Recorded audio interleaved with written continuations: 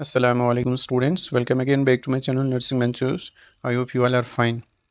तो आप सब जानते हैं मैंने कल आपको इम्पॉर्टेंट टॉपिक्स बताए बायोकेमिस्ट्री, न्यूट्रिशन एंड डाइट्रिक्स के लिए। आज मैं आपको बताऊंगा nursing foundation first and second में कौन से इंपॉर्टेंट टॉपिक्स है जिसमें आपको क्वेश्चन आएंगे एक्सटर्नल एग्जामिनेशन में। ठीक है, तो इसमें स्टूडेंट्स कंफ्यूज हो रहे हैं कि मैंने ऑलरेडी आपको इंपॉर्टेंट क्वेश्चंस दिए हैं। ठीक है, बट इसमें मैं खाली टॉपिक्स बता रहा हूँ, इसमें कंफ्यूज नहीं होना। देखो, अगर किसी ने वो इंपॉर्टेंट क्वेश्चंस किए हैं ना, वो काफ़ी, आपको ये ज़रूरी नहीं कि आपको एक क्वेश्चंस करने, इंपॉर्टेंट टॉपिक्स आप करने हैं। ठीक है, तो ये जो टॉपिक्स हैं ना, ये उनके लिए है, उन स्टूडेंट्स के लिए जिन्होंने अभी तक कुछ नहीं पढ़ा है, जिन्होंने मेरे गेस्ट पढ़ी है, इंपॉर्टेंट टॉप क्वेश्चंस पढ़े हैं खाली। ठीक है, वो काफ़ी है, आपको ज़रूरी नहीं है ये टॉपिक्स पढ़ लेना। आपको ये ऐसा स्टूडेंट होता है, उसको वो इंपॉर्टेंट क्वेश्चंस है, लगभग मैंने वहाँ पे दिया है 30-20 क्वेश्चंस, वो ज़्यादा अगर लग रहा है ना किसी को, तो वो खाली टॉपिक्स पढ़ सकता है। ठीक है, उनके लिए है। जिनको वो भी ज़्यादा लग रहा है, ठीक है, कोई चाहता है कि मैं इससे भी कम पढ़ूँ, तो ये टॉपिक्स पढ़ लेना आप। ठीक है, इससे आपका एग्जामिनेशन क्लियर हो जाएगा। ठीक है, पास आप हो जाएंगे आराम से। देखो यहाँ पे पहले मैं आपको नर्सिंग फाउंडेशन सेकंड का बताऊंगा। यहाँ पे देखो, हेल्थ असेसमेंट है, इंपॉर्टेंट है, ये इंपॉर्टेंट चैप्टर है। ठीक है, इसमें आपको 10 मार्क्स का क्वेश्चन आ सकता है। ठीक है, इसमें आप क्या करोगे, इसमें फ़िज़िकल एग्जामिनेशन, ये तो हर साल आता है फ़िज़िकल एग्जामिनेशन में, और फ़िज़िकल एग्जामिनेशन की डेफिनेशन आएगी और मेथड्स ऑफ फ़िज़िकल एग्जामिनेशन। इसमें कौन कौन से मेथड्स आपको करने हैं ना, इंस्पेक्शन, पाल्पेशन, परकेशन, अस्कल्टेशन एंड ऑल्फेक्शन, ये सारा आपको करना है। ठीक है, इसमें यही क्वेश्चन आएगा बस, और कुछ नहीं। ठीक है, और नेक्स्ट जो चैप्टर है दैट्स नर्सिंग पर, हाँ यहाँ पे एक और क्वेश्चन आप कर लेना है ऐड, इसमें पर्पजेज ऑफ हेल्थ असेसमेंट, ये भी पढ़ लेना है। ठीक है, अच्छे से। उसके बाद नेक्स्ट चैप्टर है नर्सिंग प्रोसेस, इसमें आप पढ़ोगे आप क्रिटिकल थिंकिंग आप पढ़ोगे इसमें, और इसमें आप पढ़ोगे लेवल्स ऑफ क्रिटिकल थिंकिंग। ठीक है, ये भी पढ़ लेना, levels, attitudes for critical thinking नहीं पढ़ लेना, लेवल्स पढ़ लेना। ठीक है, levels of critical thinking in nursing. ठीक है, उसके बाद असेसमेंट, असेसमेंट में आप पढ़ोगे कलेक्शन ऑफ डाटा, इसके टाइप्स, बस कलेक्शन ऑफ डाटा, इसके टाइप्स, सोर्सेज भी पढ़ लेना। ठीक है, मेथड्स नहीं पढ़ना है, कलेक्शन ऑफ डाटा, इसके टाइप्स एंड सोर्सेज पढ़ लेना। ठीक है, उसके बाद नर्सिंग डायग्नोसिस में आप पढ़ोगे, इंपॉर्टेंट जो है हर साल आता है, difference between medical and nursing diagnosis. ठीक है, ये पढ़ लेना अच्छे से। ठीक है, उसके बाद नेक्स्ट प्लानिंग, जो प्लानिंग चैप्टर है, इसमें क्या पढ़ोगे आप, इसमें आप पढ़ोगे टाइप्स ऑफ प्लानिंग, ये पढ़ लेना है इसमें। ठीक है, और यहाँ पे आप पढ़ोगे इसमें टाइप्स ऑफ प्लानिंग ज़रूर पढ़ लेना। ठीक है, और यहाँ पे guidelines for writing care plan, ये भी पढ़ लेना। ठीक है, guidelines for writing care plan. ठीक, उसके बाद इम्प्लीमेंटेशन, एक सेकेंड, इम्प्लीमेंटेशन में आप पढ़ोगे खाली process of implementing the plan of care, कैसे आप इम्प्लीमेंट, अगर आपने किसी पेशेंट के लिए एक प्लान बनाया है केयर के लिए, तो उसको आप कैसे इम्प्लीमेंट करोगे वो लिखना है आपको। ठीक है, उसके बाद इवाल्वेशन, इवाल्वेशन में कुछ नहीं पढ़ना, ये छोड़ देना। ठीक है, बट गेस में मैंने शायद रखा है। ठीक है, तो न्यूट्रिशनल नीड्स, न्यूट्रिशनल नीड्स में आप पढ़ोगे factors affecting nutritional needs, important है। ठीक है, असेसमेंट नहीं पढ़ना है आपको, असेसमेंट ऑफ न्यूट्रिशनल ये नहीं पढ़ना है, रिव्यू कुछ भी नहीं पढ़ना है, बस इसमें पढ़ लेना फैक्टर्स अफेक्टिंग न्यूट्रिशनल नीड्स। ठीक है, उसके बाद नेक्स्ट चैप्टर, ये नहीं है, इसी में है। देखो यहाँ पे लिखा है care a patient with dysphagia, care a patient with anorexia, nausea, vomiting, ये नहीं पढ़ लेना। ठीक है, इसमें नहीं आएगा कुछ। मीटिंग न्यूट्रिशनल नीड्स, ये भी नहीं पढ़ना है। ठीक है, उसके बाद आपको क्या पढ़ना है इसमें, फिर आपको पढ़ना है introduction to other enteral feeds types, ये भी नहीं पढ़ना है। इसमें आप बस पढ़ोगे टीपीएन। ठीक है, टोटल पेरेंटल न्यूट्रिशन, ये हर साल आता है। ठीक है, ये पढ़ोगे, बाकी ऊपर मैंने बताया आपको क्या पढ़ना है। हाइजीन में क्या पढ़ोगे आप, factors influencing hygiene practice, important है, ये पढ़ लेना। ठीक है, इसमें आप पढ़ोगे हाइजीन केयर भी, इंडिकेशन एंड पर्पजेज के साथ, याद रख लेना, hygiene care indications and purposes के साथ पढ़ लेना। ठीक है, उसके बाद केयर ऑफ प्रेशर पॉइंट्स।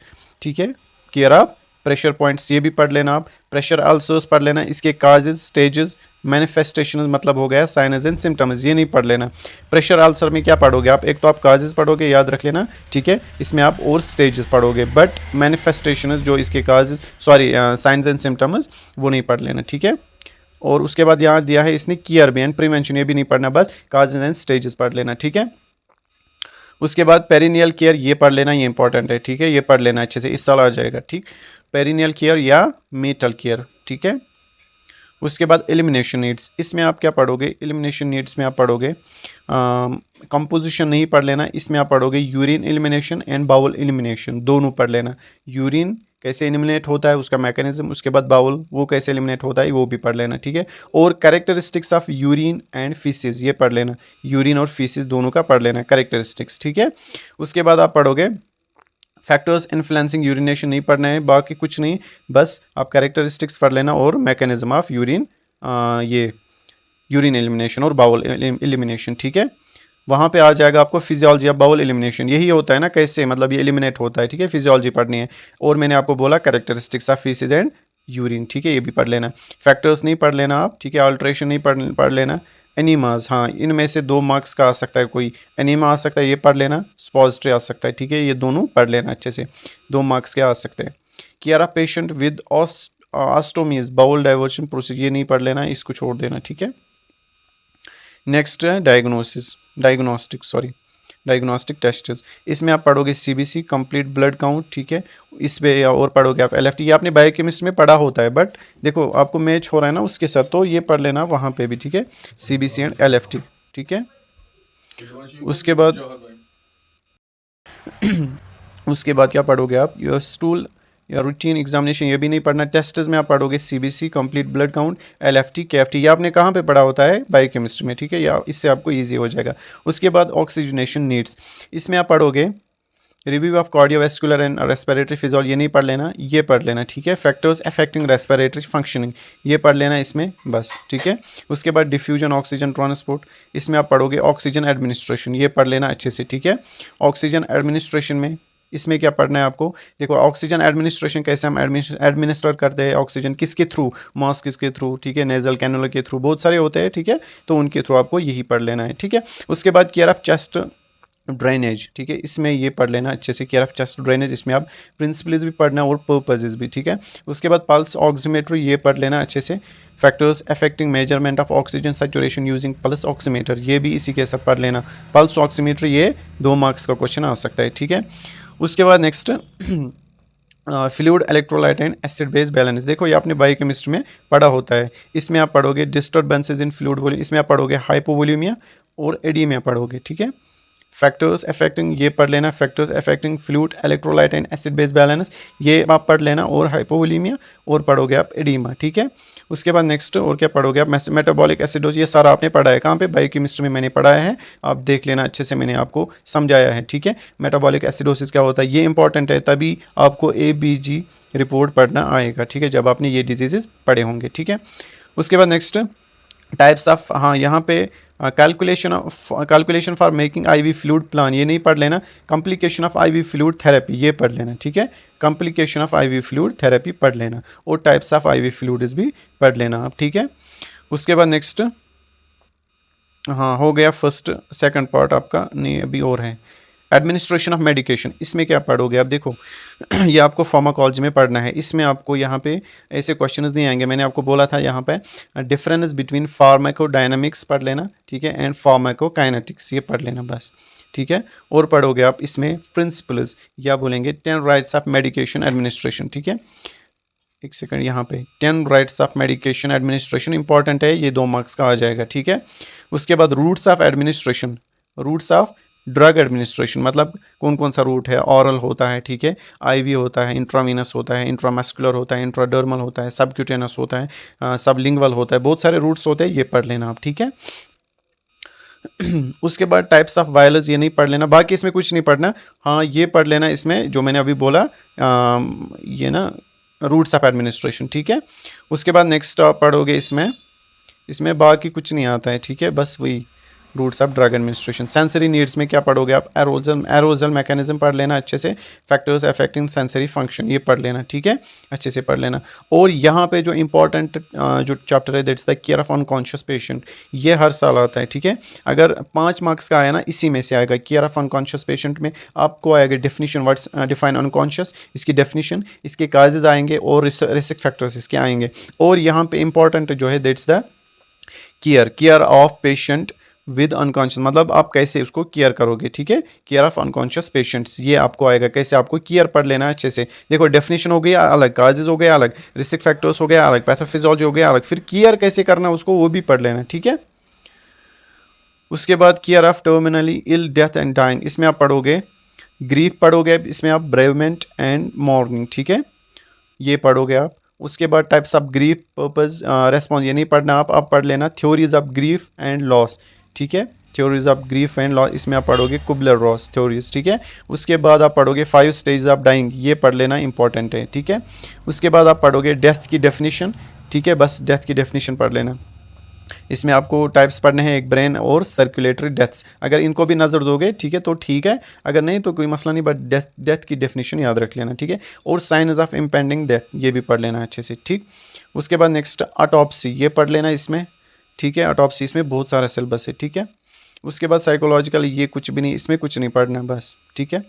अगर यहाँ पे ये आप करोगे use of theories in nursing practice, ये पढ़ लेना इसमें, इस चैप्टर में ये पढ़ लेना बस, ठीक है। अब मैं आपको नर्सिंग फाउंडेशन फर्स्ट में कुछ टॉपिक्स बताऊंगा, वो कवर कर लेना। देखो जो नर्सिंग फाउंडेशन फर्स्ट है ना, इसमें मैं हर एक चैप्टर में बस एक टॉपिक बताऊंगा, क्योंकि इसमें अगर क्वेश्चन आएंगे 10 to 20% आएंगे, बाकी 80% आपको नर्सिंग फाउंडेशन सेकंड में आता है, ठीक है।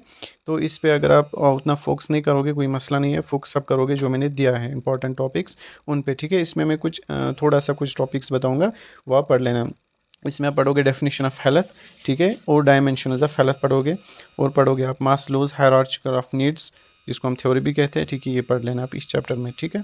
उसके बाद इस चैप्टर में आप पढ़ोगे लेवल्स ऑफ इलनेस प्रिवेंशन, ये पढ़ लेना आप नेक्स्ट चैप्टर। और हाँ, यहाँ पे हॉस्पिटल्स, इसके टाइप्स, ठीक है, ये पढ़ लेना। उसके बाद इस चैप्टर में आप कुछ नहीं पढ़ोगे, ये छोड़ देना आप, ठीक है। और उसके बाद communication and nurse patient relationship, इसमें आप क्या पढ़ोगे, इसमें पढ़ोगे बैरियर्स अफेक्टिंग कम्युनिकेशन, ठीक है, ये पढ़ोगे आप। और पढ़ोगे आप नर्स पेशेंट रिलेशनशिप, जिसको हम क्या कहते हैं थेरापेटिक रिलेशनशिप, ठीक है, ये पढ़ लेना। उसके बाद डॉक्यूमेंटेशन एंड रिपोर्टिंग में आप कुछ नहीं पढ़ लेना, इसमें कुछ नहीं पढ़ना। वाइटल साइंस में आप पढ़ोगे बस फैक्टर्स अफेक्टिंग बॉडी टेम्परेचर, ये पढ़ लेना, फैक्टर्स अफेक्टिंग बॉडी टेम्परेचर।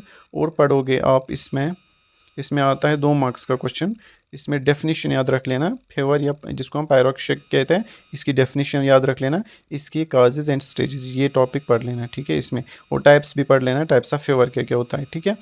उसके बाद नेक्स्ट इसमें आप बस इतना करोगे।